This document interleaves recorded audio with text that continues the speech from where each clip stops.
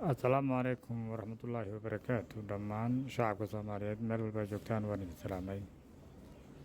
walaalayaal saaxiibayaal waxaan rabaa maanta inaan ka idhaahdo laba arrimood waaqica soomaaliya ka jira inaan laba arrin ka idhaahdo.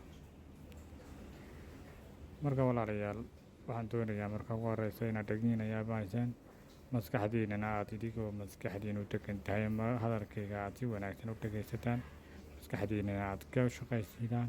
waxaan sheegayo wax jira miyaa mise waa wax burbugaanta. marka walaalayaal horta soomaalidu waxay tiraahdaa soomaali been waa sheegtaa laakiin been ma mahmahdo. sidaad calaajigeed sidaad ogtihiin soomaaliya waa la ysku diray, waa laga shaqeeyey in la ysku diro. gacmihii shisheeyo soomaaliya ku jira waxay keeneen in maaragtay sida soomaalidu ku mahmahdo ahayd lafa geel waa la ysku jebiyaa. walaalayaal marka ugu horreysa soomaalinimo ayaanu nahayn. sida aad ogtihiin Itoobiya, Kenya, Uganda annagu intaan arkaynay shacabiyadooda iyo waddankooda wixii joogaba ay nooga soo warbixiyaan markay yidhaahdaan calankiina la imaada waxay keensadaan calanka dowladdaas oo dhan calankeeda ayay la yimaadeen. soomaalida markii la yidhaahdo bal calankiina keensada markii la yidhaahdo calankii qabiilada ayay keensadaan. sidaa calaajigeed soomaaliya waa lafi geel oo la ysku jebinayo. maxaan taa u leeyahay aniga wartabinta soomaaliya ka soo yeerta ee mar walba waddankayga ka soo yeerayso oo nin soomaaliyeed baa wiil soomaaliyeed baa dhinta lagu hayo oo gabar soomaaliyeed baa dhimata lagu hayo. marka anigu wadda dhegahayga uma wanaagsana kumaana faraxsana. sidaa calaajigeed sidaan waxaana ka mid ah oo la yaaba xadiis nebi ayaa waxaa ku nebigeena salawatullaahi alayhi wasalaam uu ku inagu yidhi ama waxaa loo soo bandhigay laba wiil oo maxay oo muslima oo isdishay. labadii wiil ee muslimka ahaa ee islaamka ahaa ay saafaha isku soo qaado isdishay kadibna waxaa la yidhi labadooduba waa ahlunaar, labadoodu waa ahlunaar buu yidhi. sidaa ogtihiin muslimkuna wuxuu jecel yahay inuu bashbash iyo barwaaqo iyo janno inuu galayuu jecel yahay. sidaan annagu ula biciidsan lahayn labada qof oo isdishaa haddii ay ahlunaar yihiin ayay asxaabtuna la biciidsadeen. waxay dhaheen kan wax dila la garay kan la dilay muxuu ahlunaar ku noqday. markaasaa la yidhi saaxiibkiis inuu dilo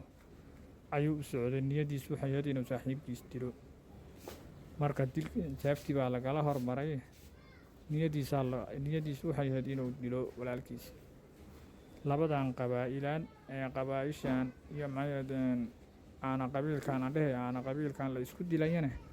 soo ma ahan kuwii hadday isdilaan inay labadooduba inay naartu gelayaan miyaynaan ogeyn. qofka muslimka ahee naar doonayane inaan qof muslima usan ahayne marka maa layski dilkan waa wax maaragtay lagu digay qarash lagu qaatay juhdi lagu bixiyey. gaalkana waad ogtihiin hadduu fadhiyo wuu fakeraabaa la yidhi, hadduu jeefo wuu fakeraabaa la yidhi, hadduu maaragtay dhinacu yaallo wuu fakeraabaa la yidhi. marka waa miyaadnaan aqligiinu idiguna ku fakerin ninkan walaalka ee shalay aad saabuunta iskula qubaysanayseen, gogol isla seexanayseen, diin isla leedihiin, dugsi qur-aan aad isla soo dhigateen in lagugu diro oo lagu yidhaahdo hub lagugu dhiibo lagu yidhaahdo dil. mideeda kale kan wax dila iyo kan la dila keliya ahlunaar ma noqonayaane kan rasaasta idin soo gaday idin yidhi isku dila ahlunaar kala weeye. kii ka qayb qaato yidhaa halkaasuu marayay ama u tilmaamo ama waxaa la yidhi kelimada barkeed oo dilkaas barkeed waa macnaa dil. marka haddii la kala gooyo kala bar laga dhigo dil keliya bar ka mida waa wuxuu uga qayb qaata ahlunaar buu ku noqonaya. mashquul baa kale warku waxaa ku marayay haddaan iska qiyaaso marka walaalayaal anaga wartabinta ka soo yeeraysa Soomaaliya midaan ku qanacsannahay maahan midaan maaragtay ku faraxsannahay maahan laba wiiloo Soomaaliya inay maalin walba isdisho oo aana qabiil la isku dilo oo maaragtay aarkoodsi la isku dilo aana qabiil la isku dilo oo dhaqaatiir haddana la dilo oo culummo la dilo oo macallimiin la dilo oo waxgaradka la dilo waxaan ku faraxsanahay maahan wartabinta Soomaaliya ka soo yeertay waa i dhibtay mana wanaagsana waxaan leeyahay salaanta islaamkana sidaad ogtihiin waxay soo gelaysaa in maaragtay la kala nabad galo salaanta islaamka waxay soo gelaysaa in maaragtay nabadgelyo buuxda qofka u rajaynayso qof aad salaantay saaka inaad berrina disho wallaahi bilaa waa aayadda qur-aanka ama axaadiistiyo lagu jeesjeesayo marka waxaan dhihi lahaa ama Soomaaliya oo dhan meel walba aad joogtaan inaadnaan issalaamin oo assalaamu calaykum waraxmatullaahi wabarakaatu aynaan isdhihin haddaad isleedihiin haddaad salaanta islaamka isku salaamaysaanne salaanta islaamku macnaheedu waxay tahay gacantayda iyo afkayga iyo adigayga waad ka